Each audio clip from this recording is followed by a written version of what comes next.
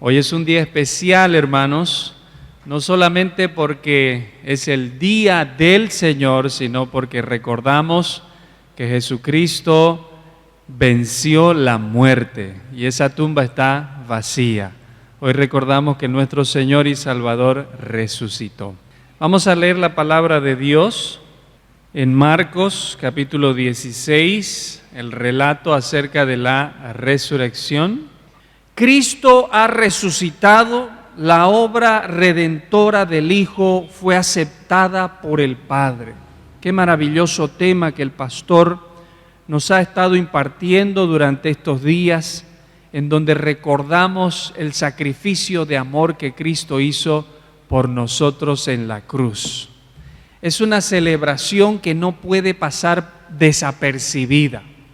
A veces nosotros, allá en donde estamos, queremos inculcar a la gente a tal modo que la celebración de la Semana Santa sea hasta más grande, voy a decir esto con cuidado, hasta sea más grande que Navidad. El Señor Jesucristo, si ustedes notan en la palabra, no es que nos haya mandado a celebrar su nacimiento, que es muy bueno que celebremos el nacimiento del Salvador, pero debemos saber que el Salvador no se queda ahí como bebé simplemente, sino que Él vino con un propósito. Y ese propósito no solamente fue crecer y predicar o pregonar la palabra, sino su propósito principal fue morir en la cruz por nuestros pecados. Y es eso a lo que nos manda a celebrar, es una ordenanza. La Santa Cena es una ordenanza para todos nosotros, celebrar la muerte de Cristo Jesús, porque es a través de su muerte que tú y yo obtenemos el lavamiento de nuestros pecados. Marcos 16, el versículo 1 hasta el versículo 8, vamos a leer la palabra en donde dice: cuando pasó el día de reposo, María Magdalena, María la madre de Jacobo y Salomé compraron especias aromáticas para ir a ungirle. Versículo 2 dice: y muy de mañana, el primer día de la semana, vinieron al sepulcro ya salido el sol. Versículo 3, pero decían entre sí: ¿quién nos removerá la piedra de la entrada del sepulcro? Pero cuando miraron, vieron removida la piedra, que era muy grande.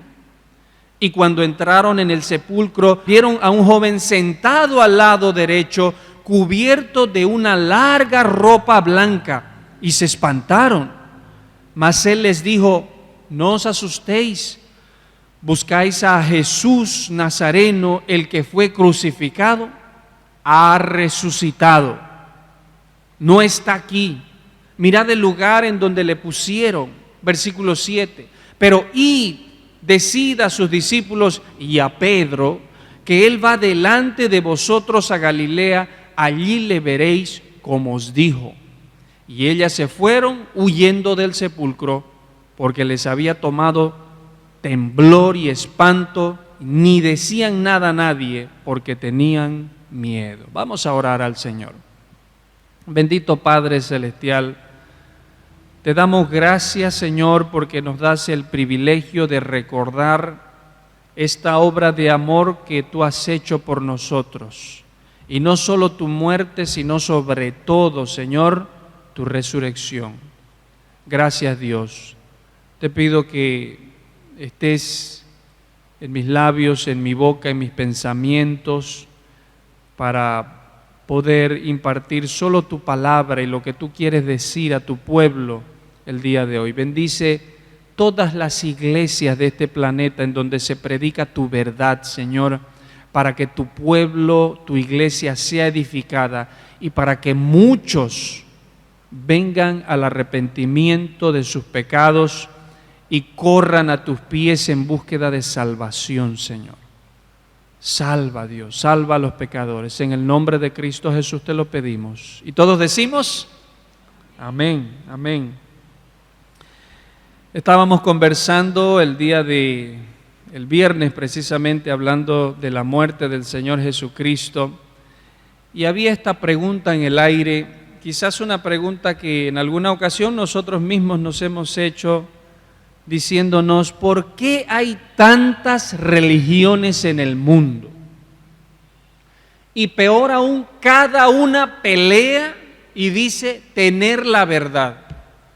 Usted va por la calle y se puede encontrar con alguien que lo invita a su iglesia y esa persona asegura que tiene la verdad y quiere invitarlo para que usted vaya y escuche y sea parte y sea miembro de esa iglesia. Al otro día usted puede encontrar a un pariente, usted puede encontrar un compañero de trabajo o quien sea que le invita a otra iglesia totalmente diferente a la que la invitaron y dicen también tener la verdad y la razón. Hay tantas religiones, hay tantas sectas falsas. ¿Cómo nosotros podemos distinguir, saber quién tiene la verdad? ¿Cuál es la diferencia? Bueno, hay dos cosas importantes que un profesor explicó. Todas las religiones del mundo tienen algo en común excepto el cristianismo, es decir, excepto nosotros que somos cristianos. La mayoría, por no decir todas las religiones del mundo, creen en la salvación por obras. Todas. Si usted se pone a pensar en los fulanos, en aquellos, en estos otros, incluso a los que les decimos no hermanos sino primos, ¿no? Aquellos que probablemente se asemejan o se acercan un poco a lo que nosotros predicamos, pero que creen en la salvación por las obras, ellos no predican lo que la palabra del Señor enseña en sí. Esa es una gran diferencia. Y la otra diferencia es la resurrección de Cristo Jesús. ¿En qué nos diferenciamos de los demás? Número uno, en que la palabra del Señor no enseña la salvación por obras, sino la salvación por una obra que ya Cristo hizo por nosotros y en nuestro lugar. Y número dos, la gran diferencia es la resurrección de Jesucristo. Es la resurrección de Jesús lo que separa al cristianismo de todas las demás religiones. ¿Por qué?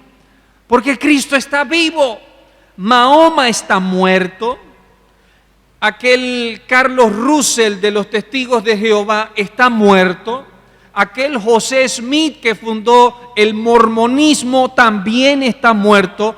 Pero Jesús está vivo. Su tumba está vacía. Él resucitó, Él venció la muerte. Y es la doctrina de la resurrección la más importante, podríamos decir, en toda la Biblia, y es la que da sustento a todas las demás doctrinas que nosotros aprendemos en la palabra. Es lo que sostiene la fe cristiana. De hecho, de no haber sido por la resurrección, sobreentendemos de que no habría cristianismo. No habría evangelio que predicar si no hubiera sido por la resurrección de nuestro Señor y Salvador Jesucristo. Si Cristo no resucitó, vana es nuestra predicación, vana es nuestra fe. No habría ni siquiera perdón de pecados, dice la palabra. Y dice en uno de los versículos que Pablo escribió, no es necesario que lo busque, pero quiero citarlo: si solamente en esta vida tenemos esperanza en Cristo, somos los más dignos de lástima de todos los hombres. O sea, lo que Pablo está diciendo aquí es de que si la vida cristiana no va más allá de la muerte y es solo para esta vida, para el aquí y ahora, somos, dice Pablo, dignos de lástima. Si el cristianismo solo se trata del aquí, del presente y del ahora, y no se trata de algo que va más allá de la muerte, somos los seres humanos más dignos de conmiseración. Pena daríamos delante de los demás. Dice otra versión, hablando del mismo versículo: si la esperanza que tenemos en Cristo fuera solo para esta vida, seríamos los más desdichados de todos los mortales. Pero sabemos que no es así. Amén, hermanos. Cristo resucitó. Y hoy es el día en que celebramos esa victoria de Jesús sobre el último y probablemente nuestro peor enemigo, el cual es la muerte. Jesús lo venció. Jesús lo venció. El viernes Él venció el pecado, como mostraba el pastor, y hoy podemos celebrar de que Él venció la muerte. Decía, creo que era un expresidente de Estados Unidos, Benjamin Franklin, que hay dos cosas seguras en la vida que no se pueden evadir. Número uno es la muerte y número dos son los impuestos. Aunque hoy en día, al menos allá en Estados Unidos, esto es algo bien serio, el tema de los impuestos. Aunque hoy en día hay mucha gente que busca la manera y la forma de evadir impuestos, de seguro no hay forma de evadir la muerte. Y Benjamin Franklin tenía razón. No hay manera de evadir la muerte. Todos tenemos que lidiar con ella, nos guste o no nos guste. Cuando mi madre estaba enferma, hablé con mi hermano mayor y le decía, ella está preparada para irse. Y él me decía, no hables de eso, ni siquiera lo menciones, por favor. Porque claro, da tristeza. Y los cristianos nos entristecemos cuando otro cristiano parte, pero no nos desesperamos, ni entramos en ese pánico, porque sabemos que el Hijo de Dios, el verdadero creyente, está en la presencia del Señor, porque puso su fe en Cristo Jesús mientras estaba en la tierra. Y que no solo eso, sino que un día, así como Jesús venció la muerte, ese creyente seguirá los pasos de nuestro hermano mayor Jesucristo, siendo Él el primogénito, para resucitar en un cuerpo glorificado otra vez. Esa es la esperanza segura del Hijo de Dios, pero no así del que no es Hijo de Dios. Por eso todos en esta mañana, creyentes y más aún no creyentes, deben tomar en serio el tema de la muerte, porque tarde o temprano nos llegará. Y usted dirá quizás que está aquí, pero con la muerte se acaba todo y ya. Hay que aprovechar, hay que vivir la vida, hay que vivir los buenos años, comamos y bebamos que mañana moriremos y ahí se acaba todo. No es así, mi amigo, mi amiga. Más al contrario, con la muerte empieza todo. Comienza todo. Comienza una eternidad en donde hay dos lugares, dos destinos, el cielo y el infierno. No vayas a creer eso que desde chico nos inculcaron diciendo que hay un purgatorio para expiar, limpiar y tener una oportunidad de nosotros ser perdonados de nuestros pecados. Tal cosa no existe, la Biblia no habla de eso.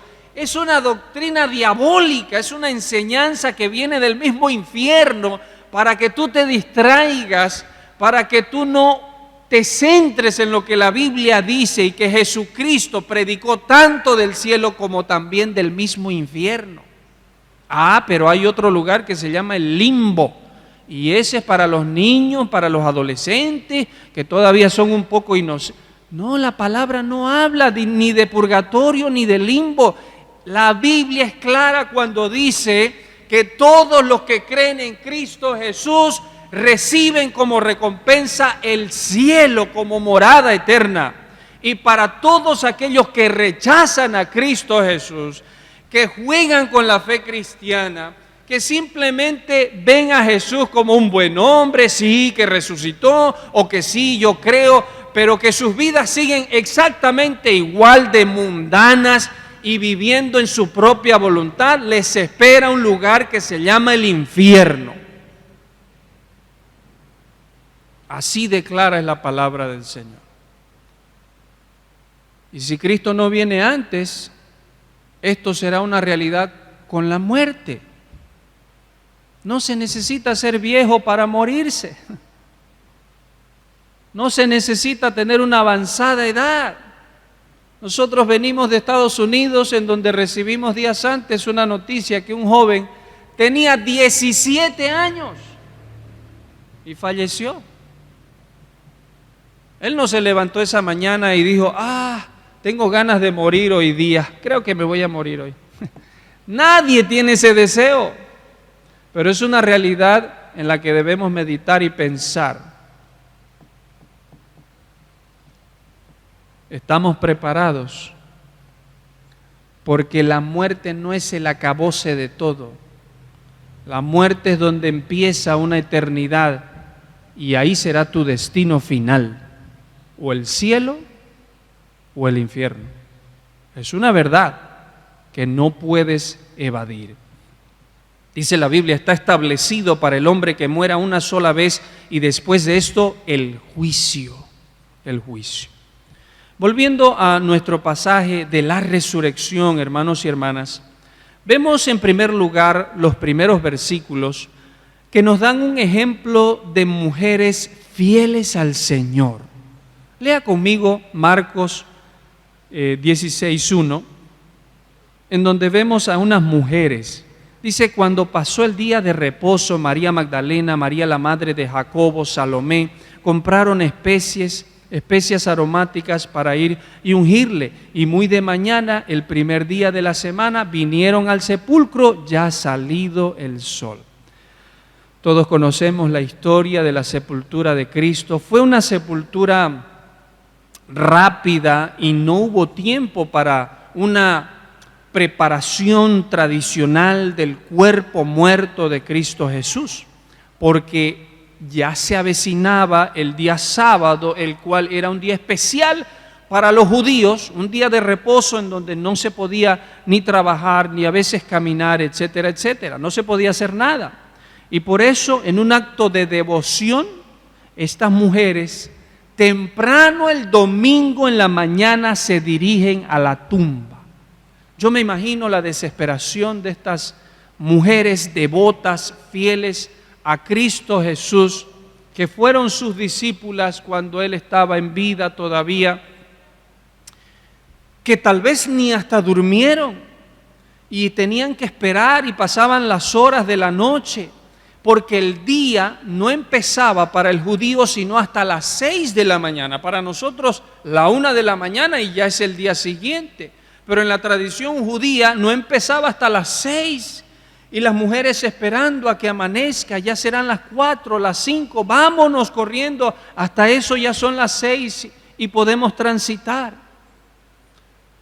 Entonces estas mujeres corrieron y podemos ver su devoción, su fidelidad, su servicio al cuerpo de nuestro Señor Jesucristo. Todo lo contrario a los discípulos, que cuando lo apresaron ellos huyeron. Qué ejemplo maravilloso de estas mujeres.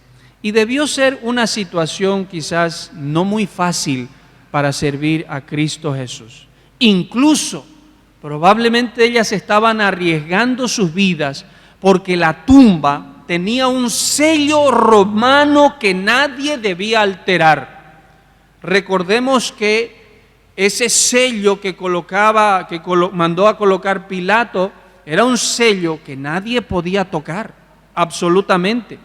Incluso se las ve en el camino un poco preocupadas, diciendo, ¿quién nos removerá esa piedra? Porque la Biblia describe que era una piedra muy, muy grande, a tal punto que un comentarista dice que se necesitaban 15 personas, 15 hombres, no personas, 15 hombres para mover esa piedra que fue colocada en la puerta de la tumba de nuestro Señor Jesucristo.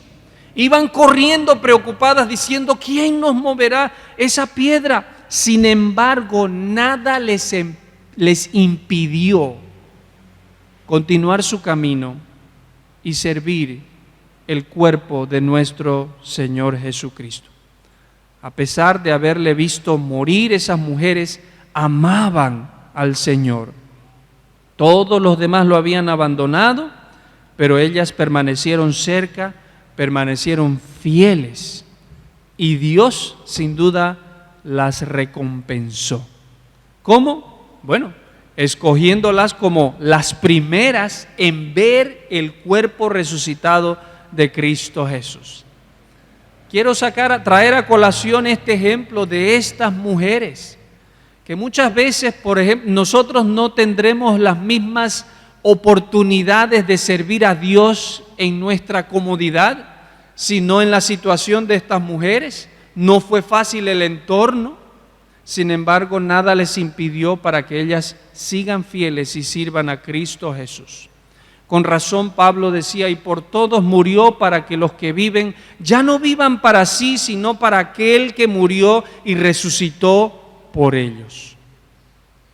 Alguien dijo, a raíz de esta historia de las mujeres, nosotros, aplicándola, nosotros debemos cuidar del cuerpo de Cristo, que es la iglesia, como estas mujeres salieron a cuidar el cuerpo de Jesús. Con ese mismo ejemplo, con ese mismo amor, con esa misma devoción, nosotros también debemos cuidarnos los unos a los otros, porque somos miembros del cuerpo de Cristo. Eso es lo que es la iglesia. Así como estas mujeres en devoción cuidaron del cuerpo de Jesús.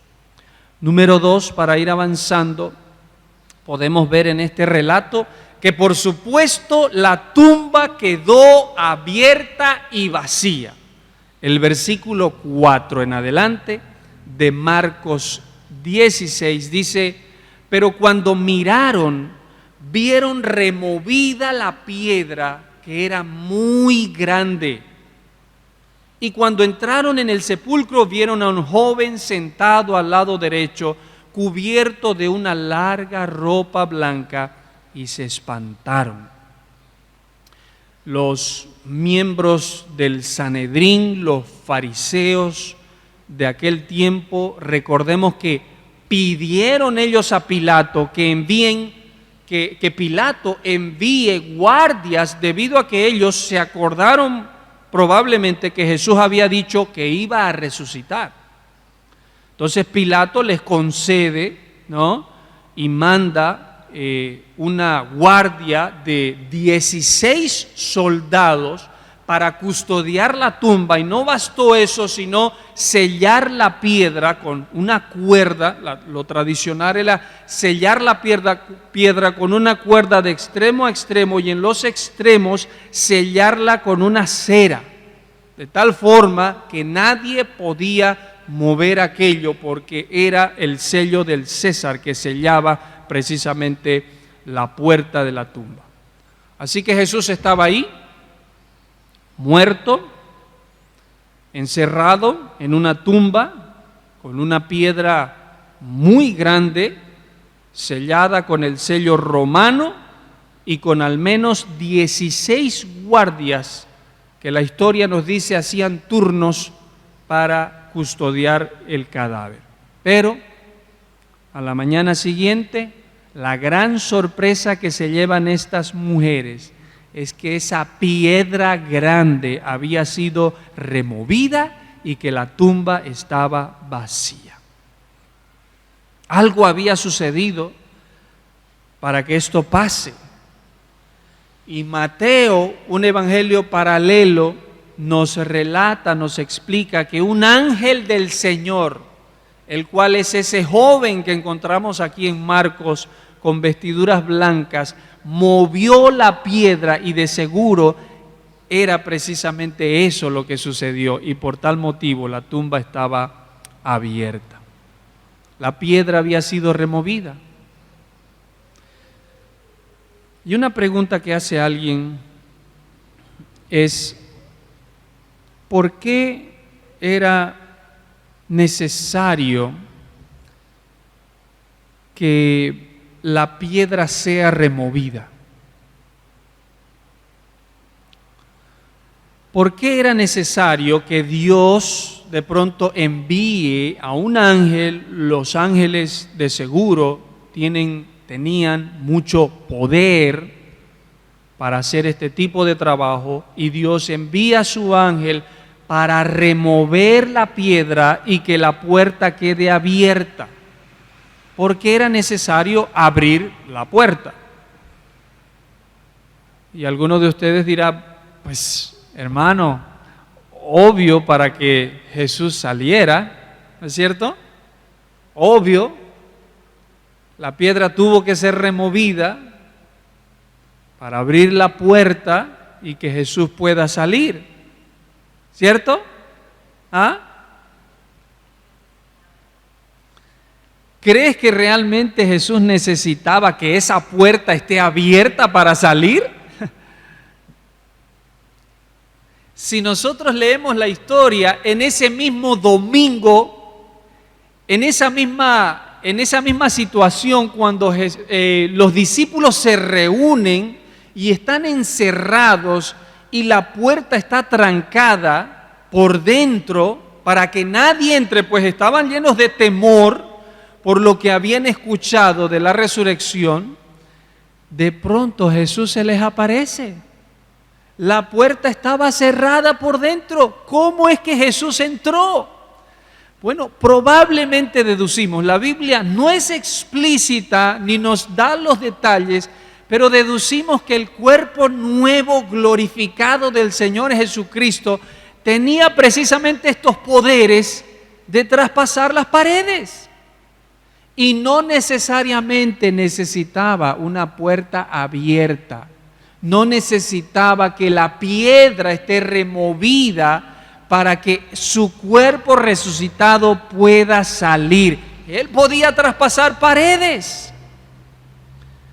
Y es como dice un pastor, John MacArthur, hablando de este tema, diciendo, esa piedra no fue removida para que Jesús pueda salir, sino para que el mundo pueda entrar y compruebe que esa tumba quedó vacía. No era para que Jesús salga, era para que nosotros entremos y podamos comprobar que Jesús y su cuerpo no estaba ahí precisamente. Esa tumba vacía es el testimonio del poder de Jesús que tiene sobre la muerte. Y algunos escépticos e incrédulos hasta el día de hoy se escriben hasta libros diciendo lo que pasó en ese día fue que los soldados se durmieron y que los discípulos aprovecharon que se estaban durmiendo y vinieron y robaron el cuerpo de Jesús. Eso fue lo que pasó. Es absurdo, pero esta teoría está en libros y hasta en películas, diciendo que se robaron los discípulos el cuerpo de Jesús mientras los soldados dormían. Pero la pregunta es, si los soldados estaban durmiendo, supuestamente durmiendo, ¿cómo sabían que los discípulos fueron los que se robaron el cuerpo de Jesús? Si ellos estaban durmiendo. Son teorías absurdas acerca de la resurrección de Cristo Jesús, la cual la misma palabra de Dios nos da prueba de esto. Voy a leerles y citarles Corintios. Escuchen lo que dice. Primeramente os he enseñado lo que asimismo recibí, que Cristo murió por nuestros pecados conforme a las Escrituras, fue sepultado y que resucitó al tercer día conforme a las Escrituras. Pero no termina ahí, sino que el relato sigue diciendo, y que apareció físicamente a Cefas, después a los 12, después apareció a más de 500 hermanos a la vez, de los cuales muchos viven aún. O sea, el que estaba escribiendo esto, en otras palabras estaba diciendo, algunos están vivos todavía, vayan, pregúntenles, porque ellos han visto el cuerpo resucitado de Cristo Jesús. Después apareció a Jacobo, después a todos los apóstoles y al último de todos, dice Pablo, como a un abortivo me apareció a mí. Testimonios de la resurrección de Cristo Jesús. Y otros responden, no, lo que pasa es que amaban tanto a su Cristo que estaban alucinando. Bueno, parece que era una alucinación colectiva de miles de hombres, la cual sabemos que es absurdo. Y para terminar, número 3, ¿cuál es el propósito de la resurrección de Cristo Jesús? La resurrección de Jesús no es una mera leyenda o cuento, por supuesto que fue un hecho verdadero, pero ¿cuál es el propósito? ¿De qué manera nos beneficia la muerte y la resurrección de Cristo a nosotros hoy en día? ¿Y qué tiene que ver con nosotros la obra que Cristo hizo en la cruz y su resurrección? Bueno, lea conmigo por favor Romanos capítulo 4 y el versículo 25. Romanos capítulo 4, versículo 25. Dice la palabra del Señor, que cual fue entregado, hablando del Señor Jesucristo, entregado por nuestras transgresiones, el inocente pagó nuestra culpabilidad, siendo él inocente, dice, fue entregado por nuestras transgresiones, y no solo eso, sino resucitado para nuestra justificación. Y ahí la palabra justificación tiene que ver con declararnos justos a pesar de lo que nosotros somos, pecadores. Dice, Él resucitó para nuestra justificación. Sinónimo de aquello sería para nuestra salvación o para nuestra redención. Es a través de la resurrección de Cristo Jesús que nosotros sabemos con toda certeza que el Padre Dios aceptó ese sacrificio sustitutivo, porque nosotros era quienes debíamos morir en esa cruz por nuestros pecados, pero Cristo tomó nuestro lugar. El Padre acepta ese sacrificio sustitutivo en la cruz del Calvario para que ninguno de nosotros, sus hijos, tuviéramos cuentas pendientes con el juicio de Dios. Los que han entregado sus vidas a Dios, en otras palabras, podemos morirnos tranquilos. Amén. Con razón, Pablo decía, para mí el vivir es Cristo. Mi vida gira en torno a Cristo y estoy feliz por eso. Pero si muero, decía él, el morir para mí, ¿qué cosa es? Otras versiones dicen, el morir es un premio. Es un premio. Yo no sé si usted ha tomado en cuenta de que la muerte para el creyente es como una recompensa, porque la muerte es la puerta de entrada a una vida celestial y gloriosa para siempre al lado de nuestro Señor y Salvador Jesucristo. Podemos vivir con plena esperanza y seguridad, porque un día este cuerpo de humillación, dice Pablo, será transformado en conformidad a la gloria suya.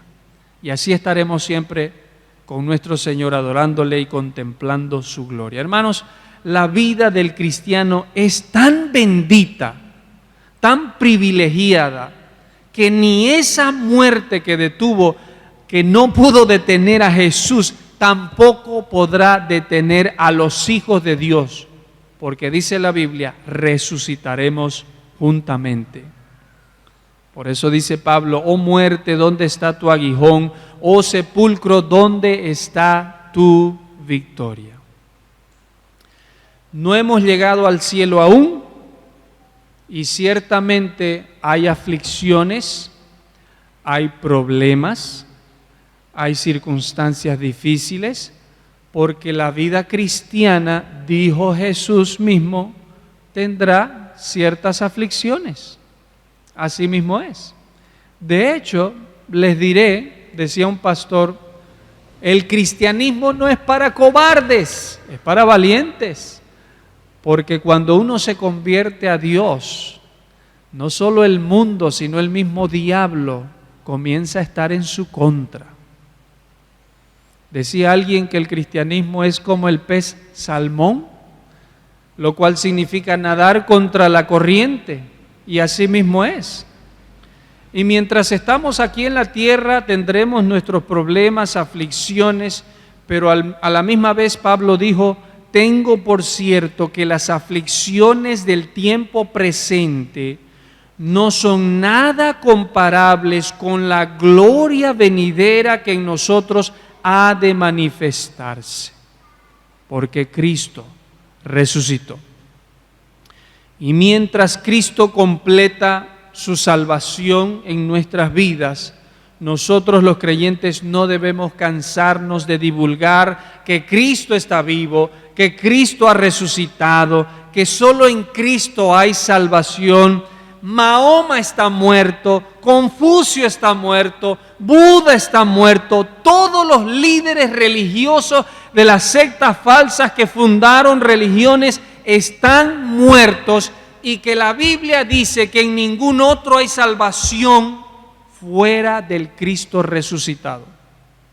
En ningún otro hay salvación, porque no hay otro nombre bajo el cielo dado a los hombres en que podamos ser salvos. Hermanos, este es un mensaje urgente que debemos proclamar a tiempo y afuera de tiempo.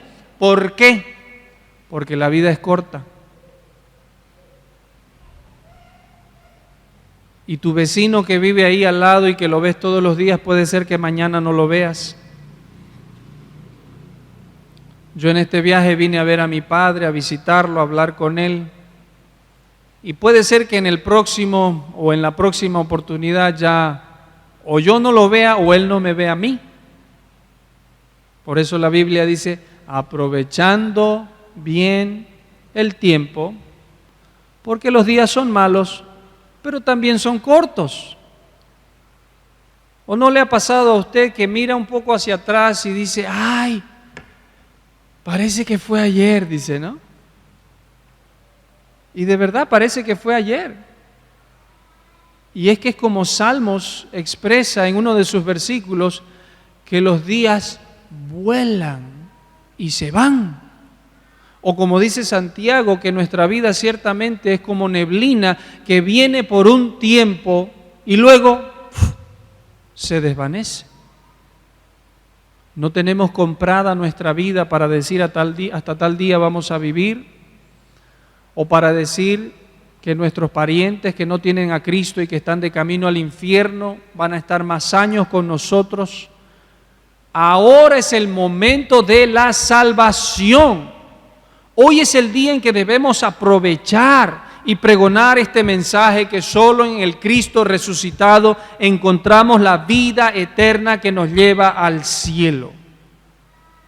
Si tú estás en esta mañana sin Cristo, yo te pido que no te vayas de este lugar sin correr espiritualmente a los pies del Señor y suplicarle que te salve, que te perdone de tus pecados.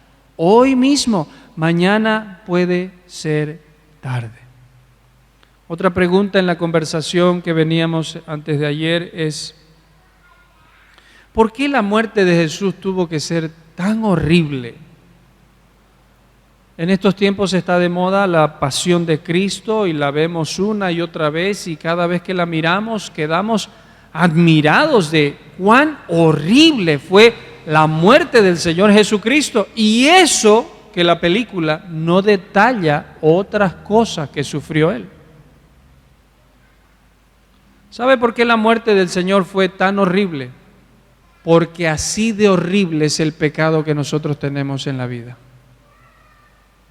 Porque así de horrible es nuestra naturaleza, que está pegada con el diablo, con el mundo, con nuestra carne y nuestra concupiscencia. Y es de eso lo que el Señor quiere salvarnos.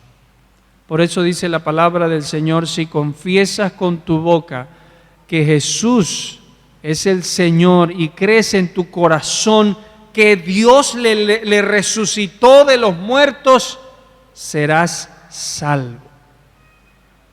Y este versículo no meramente significa levantar una mano o venir al frente y emocionalmente recibir o aceptar a Cristo Jesús. Puede ser que eso esté bien, pero este versículo está hablando de una vida, de vivir una vida confesando que Jesús es tu amo, tu rey, tu salvador, que Él es tu Señor y tu dueño, y que no solamente es algo emocional de un día, sino que Él es tu gobernador hoy y para siempre.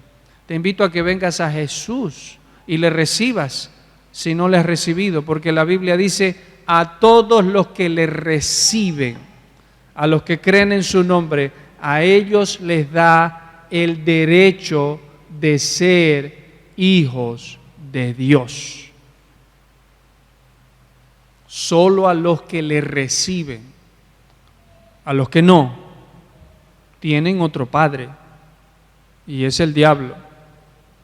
Pero a los que le reciben y a los que creen en Él, les da el derecho, la potestad de ser parte de la familia de Dios.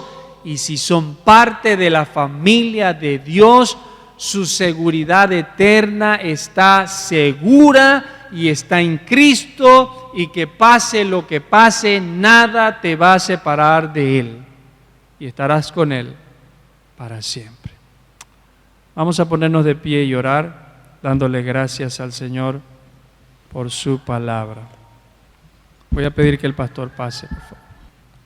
Vamos a dar gracias a Dios por su palabra. No hay nada que agregar. Todo es muy claro. Y hoy hay una oportunidad para usted y una oportunidad para nosotros también para agradecer por esa obra. Oremos. Padre, infinitas gracias por la obra de Cristo en la cruz. Damos gracias, Señor, por esa esperanza bienaventurada que hoy tenemos a través de esa obra gloriosa que se llevó a cabo en la cruz. Y hoy, lo más glorioso de todo es que Cristo está a la diestra tuya, Padre Celestial, intercediendo por nosotros todo el tiempo para garantizar y guardarnos, como dice tu palabra, sin caída. Es una salvación segura. Damos gracias por la vida de nuestro hermano Fernando y su familia, quien hoy tú usas, Señor, como un instrumento para traernos la exposición de tu palabra y edificarnos a través de ella, y que podamos ser expuestos a tu palabra, Señor, para ampliar nuestra fe, nuestra confianza y nuestra seguridad. Permite, Señor, que podamos vivir todo el tiempo, todos los días, a la luz de estas verdades gloriosas. Lo pedimos en el nombre de tu amado Hijo Jesucristo. Amén.